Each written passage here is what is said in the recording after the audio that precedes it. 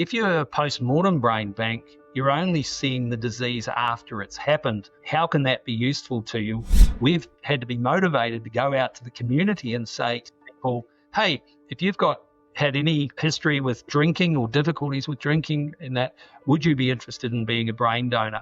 They had no idea that brain donation was possible. I can say that aesthetics is not an issue. Once you see symptoms with someone with Alzheimer's, even if it's the very mild form, it's already lost a lot of those neurons and they cannot be replaced. We actually have to rely on people dying. Don't Be Caught Dead, the show bringing stories of death back to life. Here's your host, Catherine Ashton. This morning, I'm speaking with Greg Sutherland. Greg is a professor of molecular neuropathology within the neuroscience theme at the University of Sydney's School of Medical Sciences. That is actually based at Charles Perkins Centre. He leads Sydney Brainomics Research Group and is director of the New South Wales Brain Tissue Resource Centre, one of 4 Australian human postmortem brain banks. Greg is also leading Brain Bank Connect, a new international initiative advancing collaboration in brain banking for rare brain diseases. His career spans postdoctoral appointments in Brisbane and Sydney, including roles at the Ascites Institute at Griffith University, the Prince of Wales Medical Research Institute, now NUREA, and the University of Sydney. He completed a PhD in molecular medicine at the University of Auckland in 2004, following 13 years in veterinary clinical practice and commercial genomics research. Thank you so much for being with us, Greg. Thank you very much for the invitation, Catherine. It's very nice to speak to you. And tell us, you head up the brain bank, the postmortem brain bank, so with the New South Wales Brain Tissue Resource Centre. What is a brain bank? A brain bank is a facility that allows medical research to be carried out.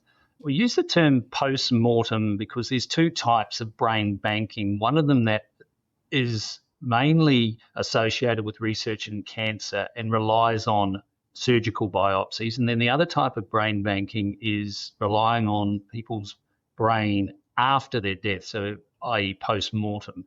And that's for looking at diseases, most commonly like Alzheimer's disease and Parkinson's disease, where we're not in a position to understand the disease, also confirm the disease until the person has died. And so a post-mortem brain bank signs up people with the disease, or in our case also people without diseases, and then we collect those brains and provide tissue from both people with a disease and controls to researchers around the world so they can do comparative studies to try to understand what is happening with that particular disease. And so when you're saying that, something that I think of is a lot in the media, the coverage about footballers with brain injury. Is that? Yes, that is certainly within the realms of brain banking. And in fact, there's 2 brain banks that have collections of chronic traumatic encephalopathy, and the major one being the Australian Sports Brain Bank. It's run by a neuropathologist, Dr. Michael Buckland, and that's got an association with the University of Sydney, as we do ourselves. It's not a focus of my bank, but it's certainly of interest to a country like Australia. There's so many sort of sports that could potentially result in chronic traumatic encephalopathy. Just quickly talking about that disease, it's thought that repetitive mild trauma over a period of time can create in the brain a situation not unlike what we see in Alzheimer's disease. And the commonality is that one of the hallmark pathologies of Alzheimer's, called tangles, also develops in chronic traumatic encephalopathy. And so there's a lot of work that goes on trying to, both understand that and whether there's common mechanisms with Alzheimer's disease. But Dr. Buckland's group over with the Royal Prince Alfred Hospital, which is next to the University of Sydney, they're doing a lot of world-class work in that area. And so can you explain, so that's one brain bank and there's 4 different in Australia. Is it because the different areas of speciality? If you can just talk through to someone who doesn't understand the differences, that'd be great. Yeah, well, brain banks often, there's a number of ways that they develop, and probably the most common one is where a pathologist, as I was speaking about, Dr. Buckland, develops an interest in a particular area or sees an issue and wants to set up their own research program. In the case of the Brain Tissue Resource Centre, which is a bit of a mouthful, so I'll That it is. abbreviate it to BTRC, that was set up by another neuropathologist called Clive Harper around about in the late 90s. His interest was actually in a disease called Wernicke's encephalopathy. This is a disease of the thiamine deficiency or vitamin B1 deficiency. But at the time, people who had, they used to term alcoholism, or today we call it alcohol use disorder, they were very prone to getting thiamine deficiency.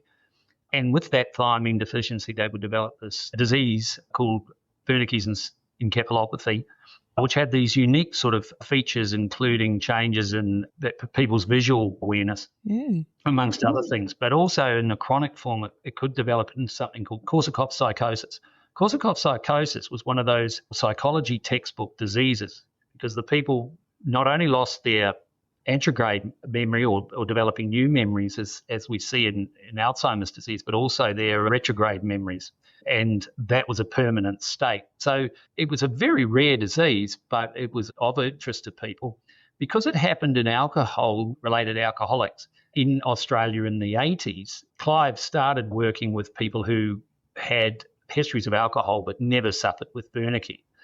Now, in 1991, thiamine and a number of other nutrients or vitamins like folate were actually added to baking flour in Australia. And Clive was involved in advocating for that addition. And so Wernicke's encephalopathy stopped being a major problem amongst alcoholics. Having said that, Clive continued to work on the direct effects of alcohol on the brain. And so his work sort of transitioned to alcohol use disorder. There is an organisation in America, part of the National Institutes of Health, called the National Institute of Alcohol Abuse and Alcoholism. And they got word of Clive's work and started funding it. And 30 years later, we are still supported by the NIAAA to supply to a research community of about 3,000 researchers around the world, and largely in America, tissue from alcohol use disorder persons and also controls. And that's really essentially what we do. That's our major focus as a bank. So there's a lot of kind of, I suppose, serendipity about how banks start. The two other banks have similar stories. They both started where either a neuropathologist or a scientist has an interest in a particular area. And in the case of the one at Neura that you talked about in your introduction, they have very close associations with various clinicians who run referral clinics. And so one of their diseases that they concentrate on is called frontotemporal dementia.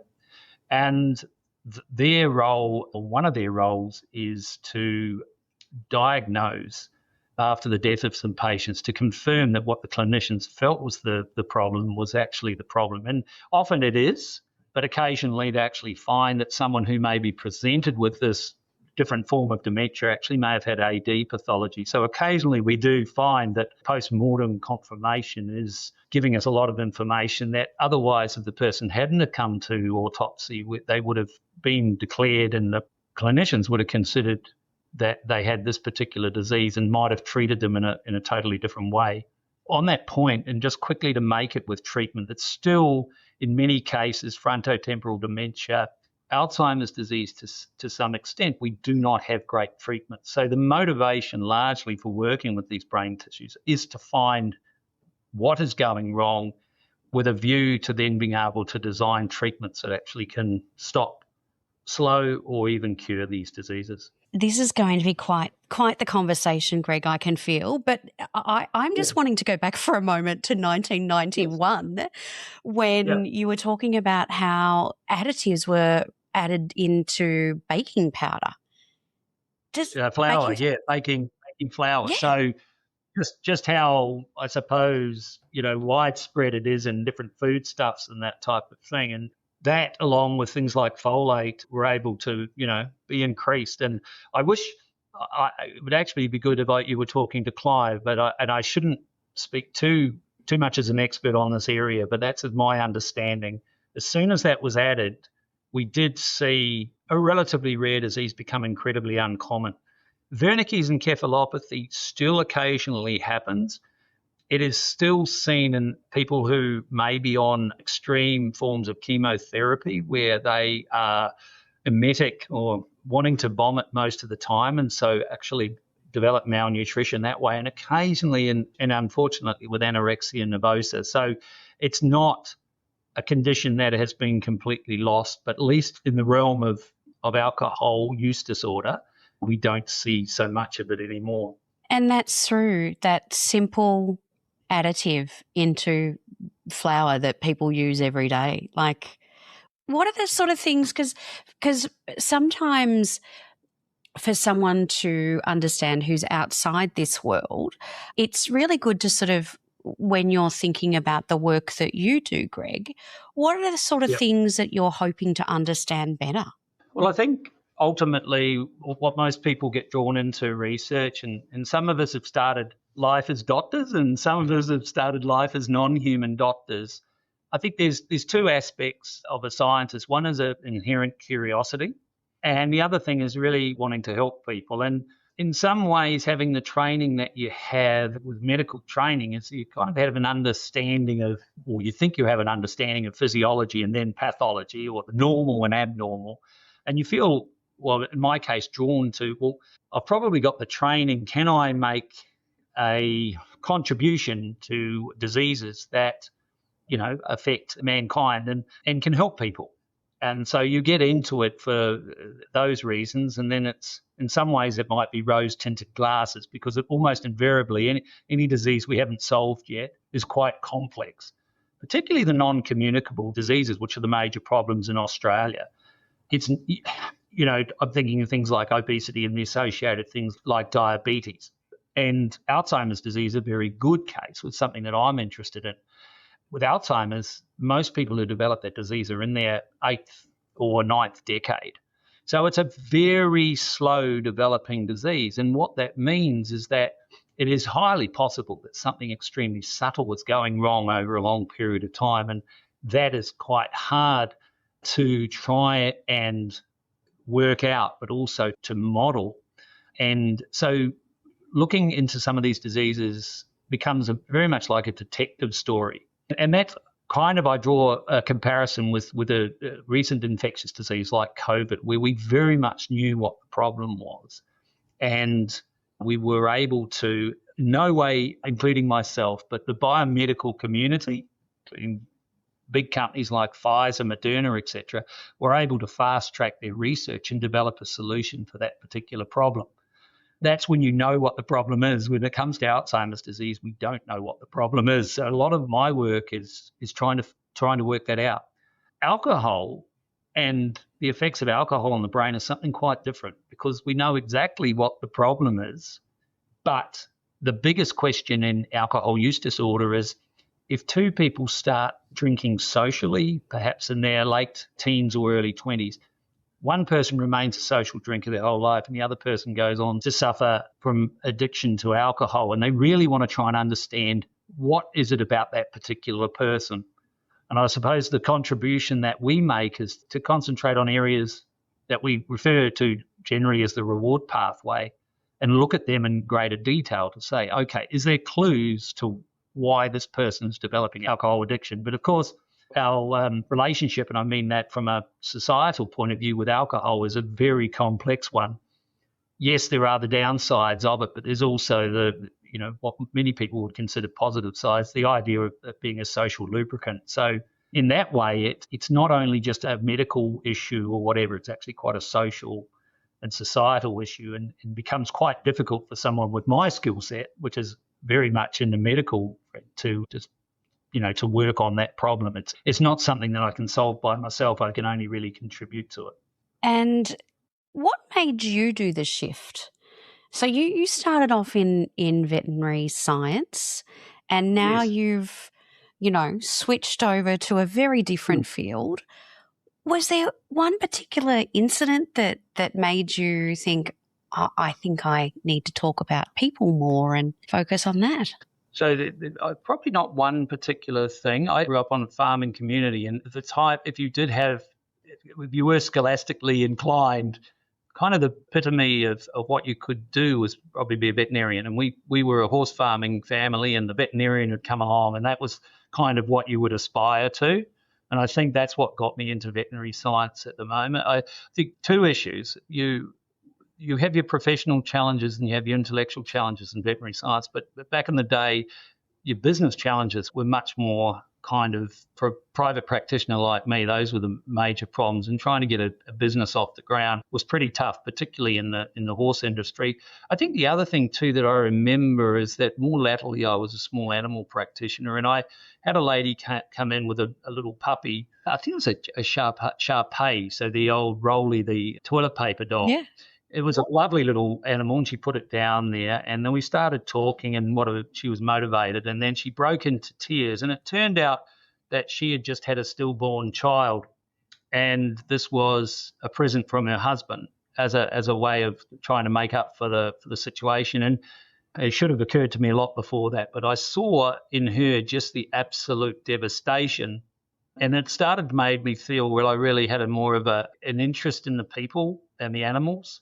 Not that I wasn't interested in the animals. And then a friend of mine was listening in came to visit me and was listening in on a consultation, and he said that was like I was at a psychologist's office rather than a veterinary office. And I said, so those type of things really made me make the change. I mean, people said to me, "Oh, you're always asking questions. Why don't you go into research?" And I started in veterinary research. But as it turned out, I was back in New Zealand at the time and in Auckland, and we didn't have a veterinary school there. So I went along to do a master's training at the University of Auckland.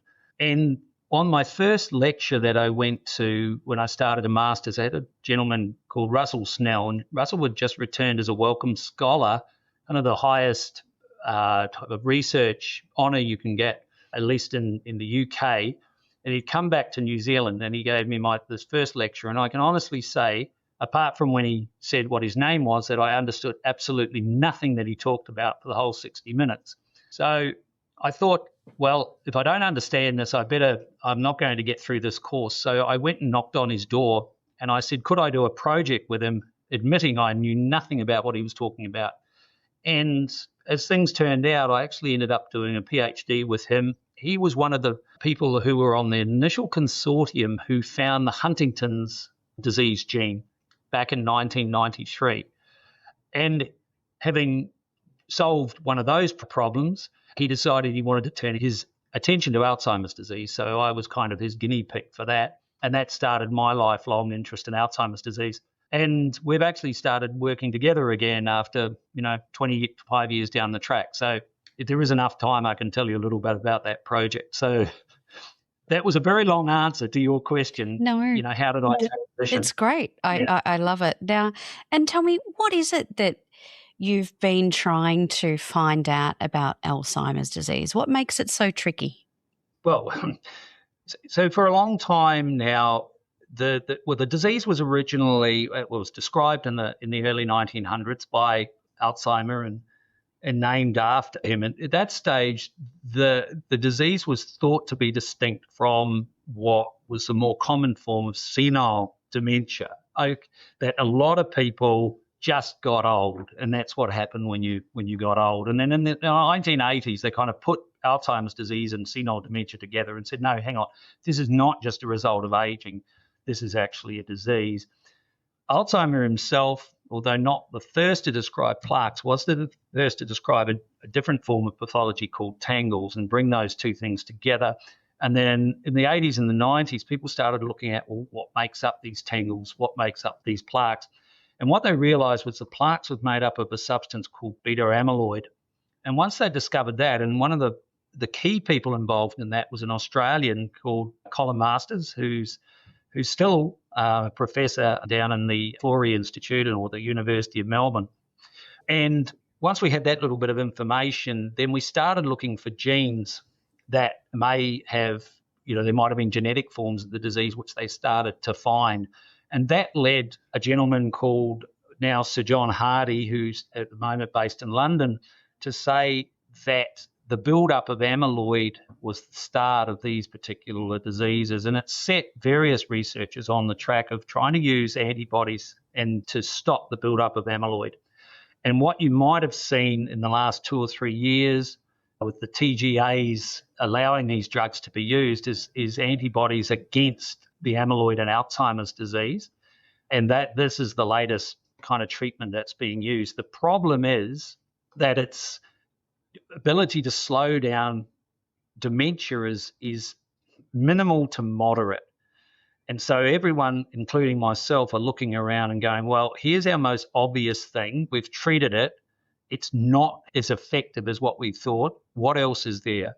And so the other things that we're looking at is the tangles and how the tangles form and maybe how amyloid forms the tangles, but also the inflammation that happens in the brain in a particular cell type called microglia, because the genetics tell us that a lot of the smaller effects that we see from genetics are associated with proteins that are produced by microglia. So my lab looks a lot at the microglia, and our hope would be that down the track, someone with the disease would have these amyloid treatments plus a treatment to dampen the inflammation and maybe a treatment to slow the tau aspect. And so almost have 3 treatments in one.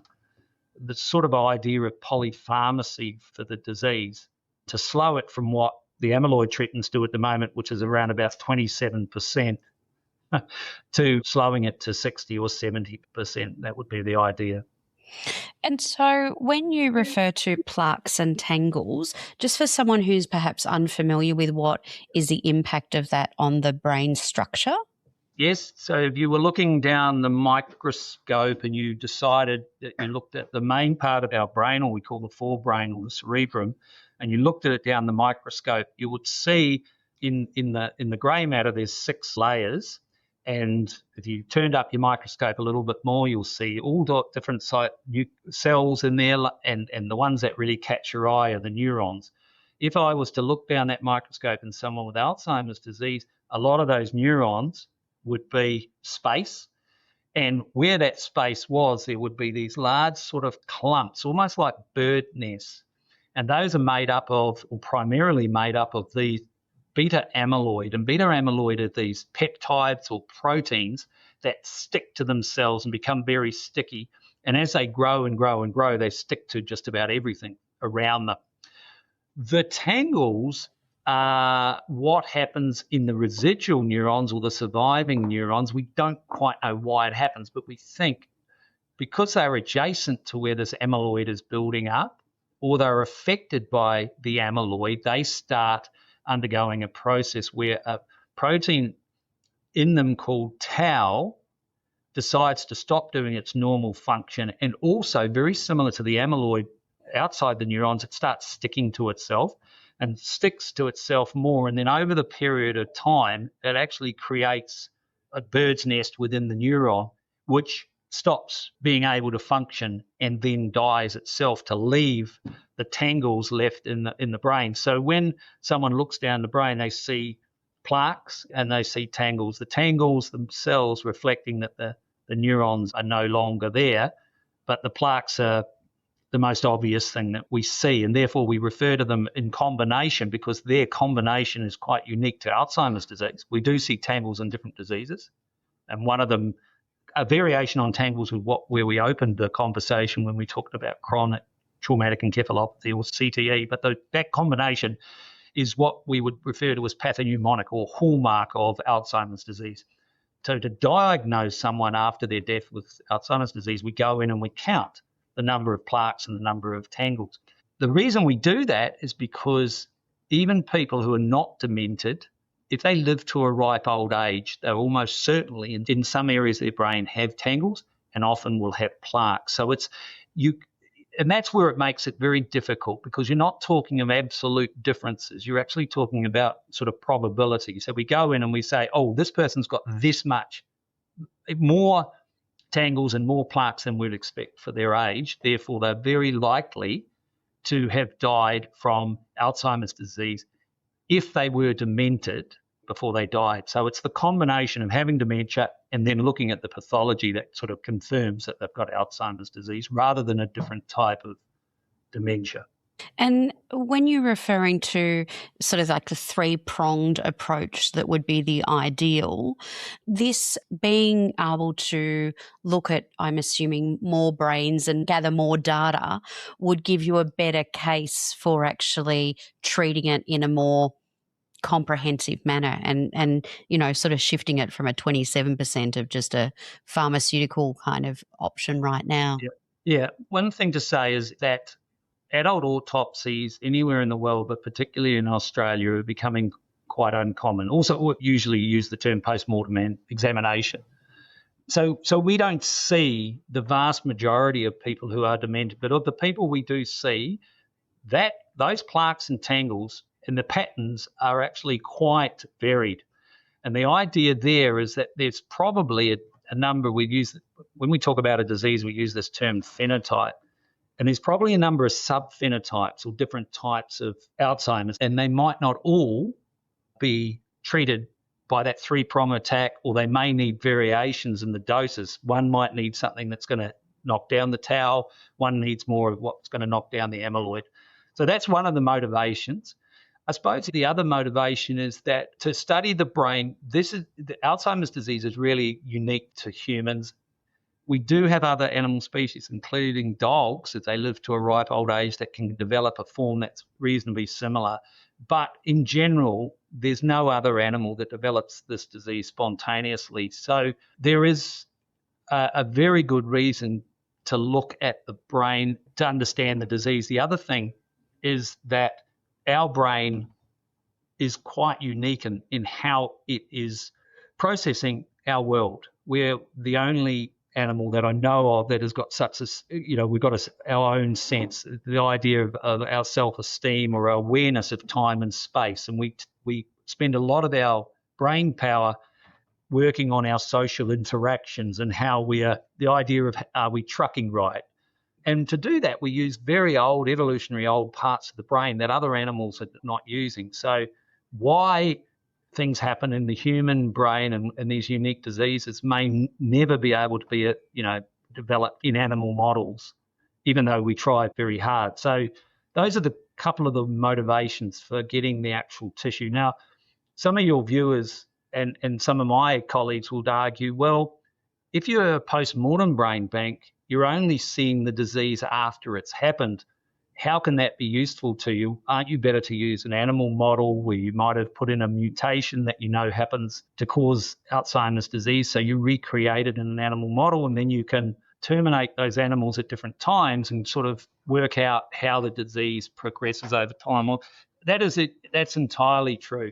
And so one of the ways that we try to handle brain tissue, particularly with a disease like Alzheimer's, is because there is a predictable spread of the disease through the brain. What we do is we try and put to one side the most severely affected areas of the brain, like the hippocampus, and we say, well, look, we would love to be able to study the hippocampus, but the neurons that we're really interested in, the most susceptible to the disease, have already gone. So we can't study what's not there.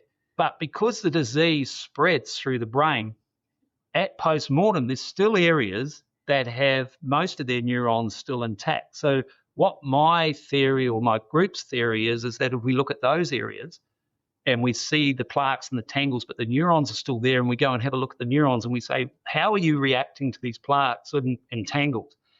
And we find what they're doing and we say, okay, now, do we have to ameliorate or do we have to attenuate that process? I.e., do we have to improve it because it's resisting those processes happening around it, or is it part of those processes? And that can be a little bit tricky. But by finding that what's happening in those cells, what we're trying to do is to say, is this process still reversible? And we hope it is, because we know the neurons are there.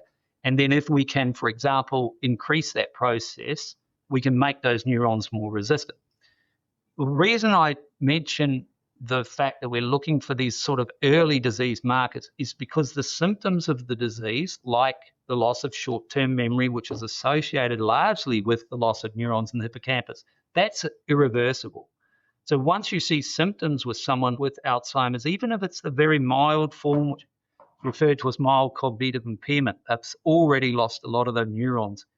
And in general, they cannot be replaced. So a lot of the efforts we make and how we use the tissue is to try to find a way of modeling the very earliest types of the disease we can. There's other diseases which we do not have that predictable spread, so it makes it a little bit more difficult. You are looking back in time and trying to think, is this an important process? But AD is a little bit unique in that there is this very predictable spread. So it allows us to do this type of pseudo chronological modelling. And tell me, you were talking about alcohol use disorder. How is it different in that case? What do you look for when you're looking for that, or how to improve that?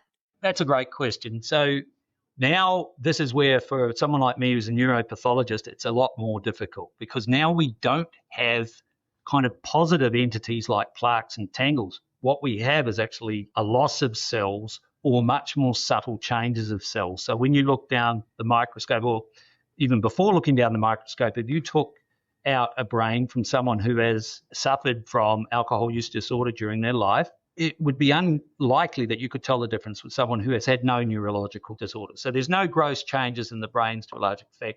And if they have not suffered from a condition like Wernicke's encephalopathy, there's no real obvious things when you start looking by opening the brain up and doing a postmortem examination.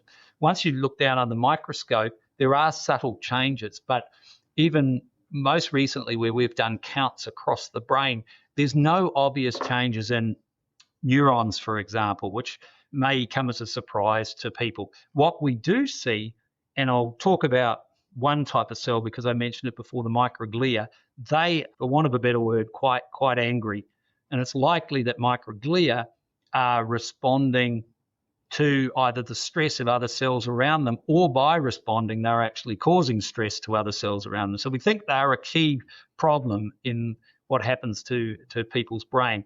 But it is a much more subtle process than going on, even though some of these people drink an enormous amount of alcohol on a daily basis. It remains a very subtle process. And so we are now developing the tools where we can actually, using microscopes, get down to a level where we're starting to understand what's happening a little bit better. And that's one of the real interesting things of being in this field at the moment, because our tools are really exciting to use. And tell me, how important is it in this sort of study to actually have that sort of history of the patient, that coincides with what you're also getting? So is it, when you're looking for someone or someone's brain, is it someone who is just your everyday person? Is it someone who has a rich, long medical file? What is it that you in particular look for? I think it's quite useful here in answering your question to talk about the two models of brain banks. I mentioned the one that's also in Sydney over at Neura. They're associated with these tertiary referral clinics.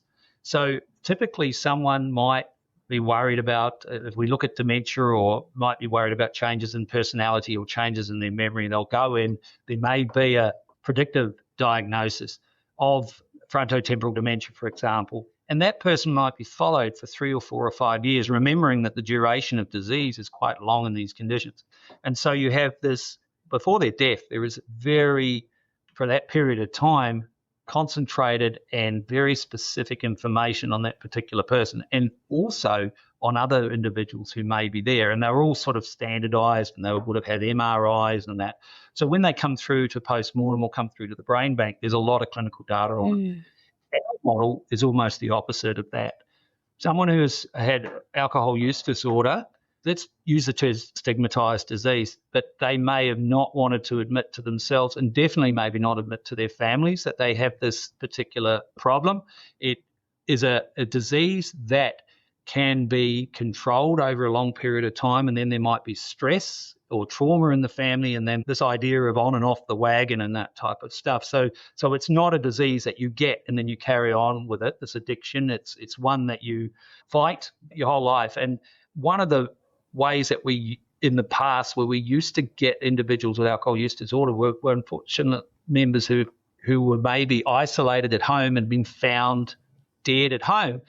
And then when they went through into the coronial system, it became obvious, or it might have been obvious at the scene of their death, that there was alcohol involved. And then what we did at that stage is that we were able to, because the coroner would have their social workers, and the social workers associated with forensic medicine department in New South Wales would have a conversation with people and say, look, if it suits you at all, or have a think about this as a family, would you consider that organs could be made available for two things: disease-modifying organ donation or research? And there were other people also interested in research, and I can mention the for eyes and corneas and that type of stuff. But when it came to us, it was a critical way that we used to get these people with a history of alcohol use disorder, and some of them had used to drink a huge amount. Now, going forward, for a number of reasons, and one of them being the ideas around consent, changes in forensics and systems, and changes in the way coroners view arriving at causes of death, lots of things. This ability to do what we would call a retrospective consent is not that common anymore. And so we've had to be motivated to go out to the community and say to people, hey, if you've had any history with drinking or difficulties with drinking, in that, would you be interested in being a brain donor? And it's proving to be one of the greatest challenges I've ever had in my career, because it's not something that people want to own up to. I mean, just as another example, we talked about perhaps many people might keep it on the lowdown. One of the requirements that we have when signing someone up as a donor is that their family is supportive of that. It's not a game changer, but it generally is the way we play things. And so but people might think, well, I don't want anyone else to know about this particular situation. And then with alcohol use disorder, is it a disease? Is it not a disease? And the general stigmatization of it, as opposed to someone with, say, MND, which is in the news that's motor neuron disease. The thinking behind the decision to donate one's brain is, well, if I can't be saved myself in my lifetime, I'm going to contribute to the next generation able to be saved. So whereas with alcohol, it's kind of slightly different. I'm a bit embarrassed about this situation, that, I've become addicted to this and I'd rather keep it on the lowdown.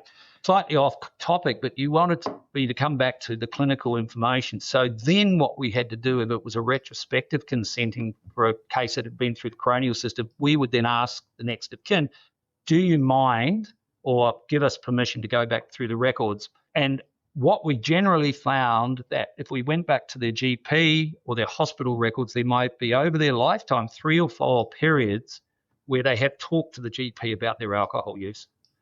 And from those, we make up the history of how much alcohol is this person likely to have consumed during their lifetime. So it's a much more difficult assignment than being associated with a tertiary kind of referral clinic with a disease where you know a lot about the person. The one other thing, though, when we did work more with the coronial cases, is that the coroner in those old days, when they used to do very extensive autopsies, you would have information on every other organ in the body potentially too. Yeah. And so what we lost with our lack of clinical information, we used to gain more on the pathological information. And for our people with alcohol and the effects on the brain, what happens to their liver, and particularly if they've developed cirrhosis, is actually critical to the effects on their brain too. So that was an advantage to us. But in general, we have to piece together their clinical history. And it is interesting, though, that the irony is that, we almost celebrate the role of alcohol in becoming a social lubricant to make us, better when we're around social engagements and more lively and everything like that. Yet at the same time, when it's no longer our friend, it becomes something that isolates us from everyone. And that is such an extra layer that you have to deal with, I'm sure, is that secrecy. Yeah. And, the other thing just is also thinking about the colleagues that are working in the drug and alcohol clinics or addiction clinics. I mean, on the front line, when they see the patients, there are actually patients often who are at breaking point and come in to be detoxified. And they do that, and then they tend to be lost for follow-up because they're, again, off the wagon or on the wagon, getting that the right way round. And then 3 or 4 months or even a year later, they might then have trauma in their life and revert back to this predisposition to using alcohol. So it's not as if we can also go to clinicians and say, hey, guys, can you sign people up? It's an extremely difficult sort of situation. The one other thing to understand about alcohol use disorder is it's believed that of the people that have it, about 10% seek treatment, and of the 10% that seek treatment, only 10% stay in treatment. So you're talking about 1% of those people with alcohol use disorder will have a comprehensive clinical notes having been followed. And then when you talk to an addiction specialist, and you say, look, would you be able to have the first conversation with someone for them to become a brain donor? Because ethically, and this is quite correct, we can't have a conversation with someone directly about their own personal circumstances, because we can't be seen to be, telling someone to make a decision to become a brain donor. What we can do, though, is if a clinician has that original conversation and says, look, you're interested, you might be in a clinical trial, or you've come in and see me, you're interested in would you be, if at the end of your life, would you be interested in becoming a brain donor? But they don't want to have that conversation because they're wanting to hang on to that person, and any conversation they think that might be deleterious to that person remaining in treatment, they're kind of very, very much not wanting to have. So this has been kind of the situation we've had with the medical fraternity, because they realise that so few of the people that they try and treat actually stay in treatment. And so what is the current process if someone does want to donate, Greg? What do they have to do? Well, if they are someone who is just in the community and said, oh, this sounds like a really good idea, then we run a community volunteer program called Using Our Brains. And I can give you the details, or we can make them available, and they can just contact us directly. They haven't, at this point in time, and they won't have a neurological condition, but we want to sign them up because all brains are important to us, both people with a disease and people without. If someone does have a disease, then they are also able to contact us, but not the opposite. So whatever diseases, we tend to be a general brain bank, although we do concentrate on alcohol use disorder, but we do take other types of diseases. And among the 3 banks in Sydney and the 1 bank in Victoria, we do cover a lot of different diseases. So if they have a disease that we don't work with directly, we can push them towards one of the other banks. So you may have your clinician or specialist may mention it, but more likely you might hear it on programs like what we're doing at the moment and just say, oh, that might be something that I wouldn't mind considering. I'd love to be able to contribute to medical research, and particularly brain diseases, because these are the most sort of recalcitrant diseases to medical research. A lot of the other diseases we have solved or are well along the way to solving them, but a lot of brain diseases really we are struggling to solve. So there's always going to be a need to supply human tissue. And tell me, so if someone was registered as an organ donor, does that mean that you also have access to their brain when they die? How does that work? So a couple of points there, and one I'd like to raise. So in New South Wales, if you want to be an organ donor, you have to sign up to something called Donate Life. There's quite a few people who think that they have signed up to organ donation and it's on their driver's license. But that system run by the RTA, and I'm talking just within New South Wales at the moment, actually ceased in 2012. So the next thing is that as an organ donor, that program Donate Life is set up for two roles: life-saving organ donation and life-modifying organ donation. So the one thing about donating your brain is it's not going to be useful to be saving or modifying a life. It's only really useful for research. So in some ways, it kind of falls out of the system that people are really familiar with, which was organ donation for transplant. Now, the organ donation for transplant service that is associated with the Donate Life or the OTDS, they are partners with us, but the majority of people who become organ donors, there's two ways that you would come under their attention. You're in hospital, you either have an irreversible neurological condition or you have a cardiovascular or circulatory condition which is irreversible and terminal. Now, if you have a neurological condition, which is by far the most common, then almost certainly, and you can think things like severe traumatic brain injury is one of the more common ones, is they're not going to be suitable for for donating their brain. So unfortunately, although we have a really great service that's keen to help us, a lot of the tissue is actually not useful for us. So the point from there is that brain banks have to develop de novo their own kind of program, their own marketing. We've done a recent paper where we explored in about 350 people, volunteers in the community, about the Australians' thoughts around about brain banking. Firstly, they thought that they, as an organ donor, and again, I come back to the people thinking that they were an organ donor, it was on their license, but they thought, well, I'm also a brain donor. Or alternatively, they had no idea that brain donation was possible.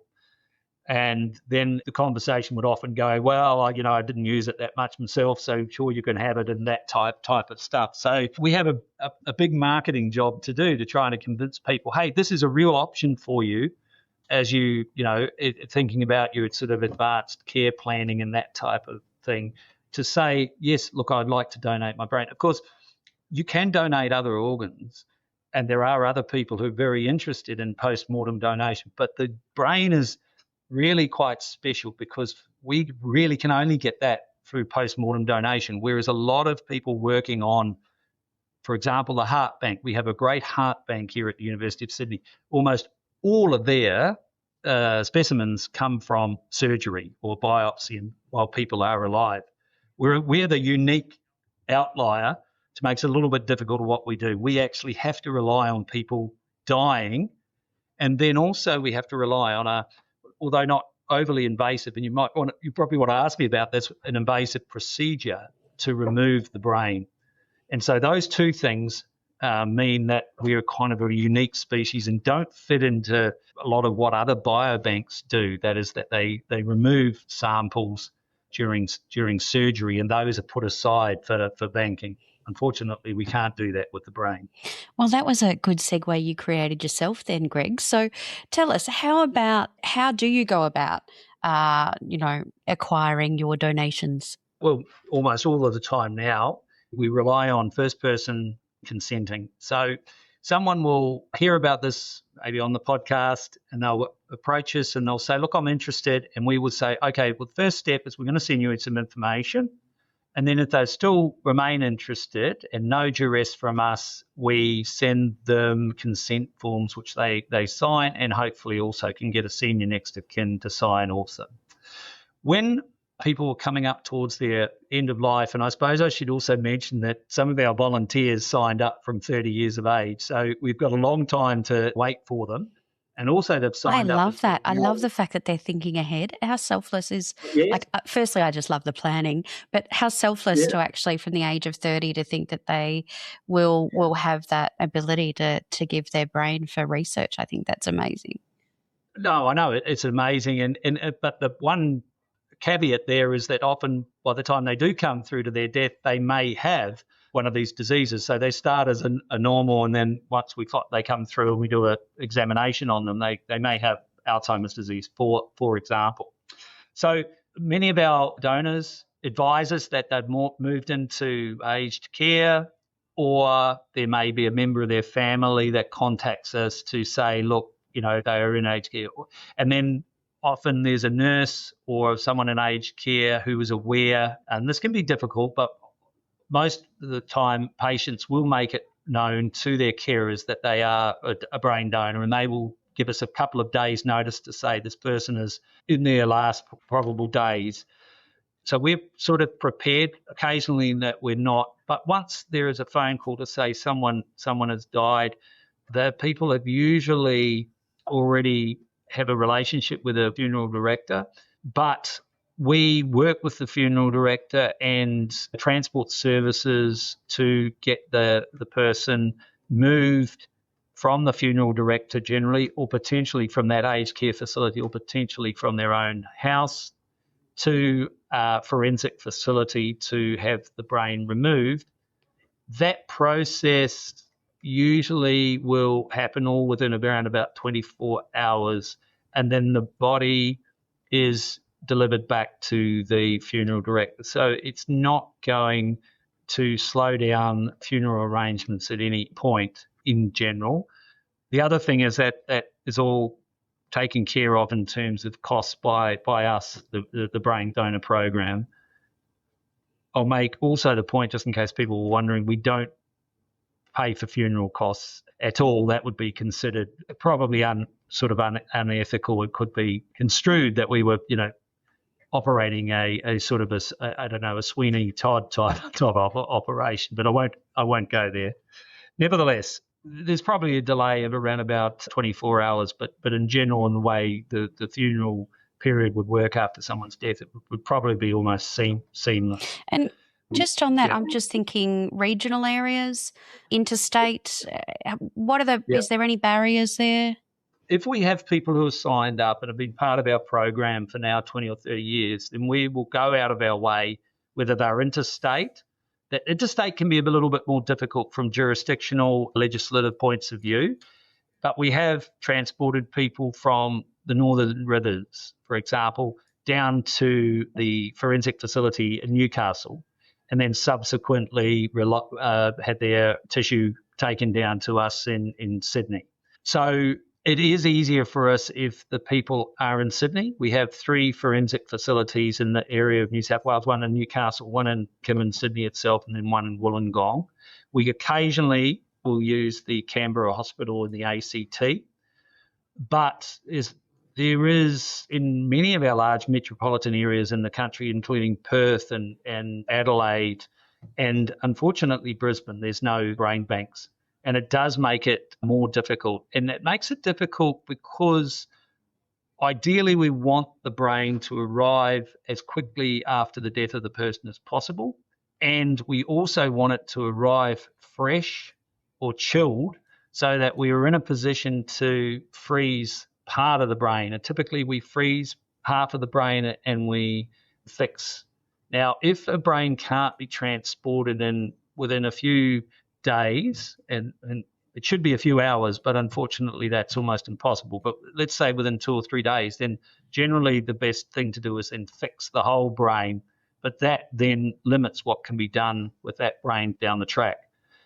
In New Zealand, they fly brains to their single brain bank up in Auckland, and they achieve postmortem intervals or postmortem delays in the vicinity of 24 hours. And that same thing can be done in Holland, but of course they do not have the tyranny of distance that we have in Australia. I mean, my idea would be to have a Australian-wide brain bank where any of the large metropolitan cities would have their forensic facilities in a position to take brains out for us, and that those brains could be flown to us. And it is possible, but it just hasn't been done up to this point. Funding's an issue, but it's also getting the different jurisdictions, the different states, coronial departments or forensic medicine departments to be on, the kind of page to us, same page. They're under pressure to do their day job, So sort of pesky brain bankers wanting them to take out brains or getting their mortician technical people to take out brains is sort of something that they'll do if they can. And tell me, Greg, about the aesthetics for the loved ones who may be concerned about what their loved one might look like if they do have their brain removed. Yeah, I'll talk a bit about the procedure, but I can say that aesthetics is not an issue. And the reason is because the incision, which has to be made through the skin, is made in the hairline. And the incision actually follows within the hairline. And without going into too much detail, once the skin's pulled back, we just need enough of a space to get to the bony cranium, which protects the brain. We use a saw, a bone saw, or if anyone's had a cast taken off their arm or something, that type of vibrating saw, and we open up the top of the skull, remove the dura, which is a hard meningeal layer that surrounds the brain, and we get the brain out. Occasionally, we'll also take the spinal cord. I'll leave that to one side at the moment because it is a slightly more difficult procedure, but as you'd understand with diseases like motor neuron disease, which affects the spinal cord, we sometimes need it. But then once the brain's removed, we replace the skull and the skin is then put over the top and we suture under the hairline. So it really is unrecognisable that the brain would have been removed. And so there's I can categorically say there's no cosmetic changes for people who are thinking of, for example, an open casket at a funeral. I think culturally there is still probably resistance in some cultures about the separation of organs and the body, and we understand that, but there's certainly a great effort made on our side and the people that help us to make sure that there's no changes in the person that would be seen by family members.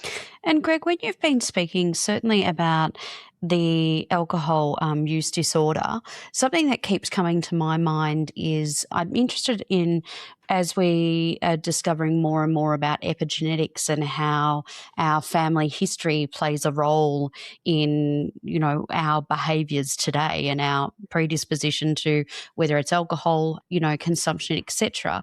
How much more is that awareness going to perhaps increase the likelihood of people wanting to know what their brain, contains? Like for me, like I come from a family history of alcoholics, and that's something that I'm aware of. And I personally haven't drunk for 4 years after my car accident. And so I'm very much aware of what my genetics are, and therefore I'm more aware of the choices that I make, and therefore I would feel comfortable to know that if my brain was going to be part of a research project, that would help other people's understanding of what that plays a role in my future of generations. Yep. And I think, with the advances which came out of the Human Genome Project, first of all, the first complete sequencing of the human genome, and then what's happened since then. I mean, we know so much more about genetics. I mean, addiction is what we call a polygenic trait. It is the opposite of monogenic, where one mutation causes the disease. Here we're talking about small contributions of many, many genes. But it's more complex than that too, because genes interact with environmental factors. So you can have the predisposition, but you never, and interestingly outside of Australia, but there's many countries in the world that don't drink at all. So you may never have the possibility that interaction happens, and then other people do. And then even more confused, well, not more confusing, but more complexity is in the nature versus nurture argument about, how much of it is about the home and whatever. And, we do know there's a genetic component to alcohol use disorder, but relative to other diseases, multiple sclerosis and Alzheimer's disease, it definitely is less. And there's also a bigger environment, but those in themselves, if you're talking about genetics and your parents who are also in that home environment, it becomes very difficult to tease apart. But certainly the fact that there is a genetic component for some in addiction for some people is, that may be an increased incentive for them to donate their brains, thinking, well, there could be people in my future generations in my direct family that can really benefit from getting a greater understanding of this condition. The two ways that you think about using, medical advice, and you may have heard of this idea of personalised medicine. The more modern term is precision medicine, but one that's not mentioned so much is precision prevention, which prevention being better than cure in most circumstances is probably something we should concentrate more on. So if we did have the markers, or for example, we could say, oh, your genetics tells us that you this much % chance of, if you were exposed to alcohol, of developing it. And you could tell that from someone when they were very young. I'm not sure it would influence their decision, but it may influence the decision. But if you told the parents about that, then they may say, you know what, we're not going to have alcohol in the house, or we're not going to expose our children to, hey, just have a sip of beer or something as a 12-year-old or something. Because there's no doubt that the earlier that you expose people to alcohol, even if it's done with the best of intentions, that they are more likely to develop alcohol use disorder. So, as I say, given the way people think and the idea of being told what to do and free will and nanny states, whether, and particularly young people, would take that advice, and if you said to them, you're at a high likelihood of developing addiction. But I think that's where we probably need to go. The other thing is, and not to separate prevention from sort of cure completely, is look, you might be a person who develops addiction. We should be monitoring you, or your GP should be aware of that in the background, and just maybe asking those questions occasionally when you're coming through, which is, a friend of mine is a neurologist. He often says as he starts out, and just getting an idea, how many drinks do you had? Oh, a couple. And then he'll ask the question a little bit later in the end. Well, you're probably right, Doc. It's a couple more than that. Yeah.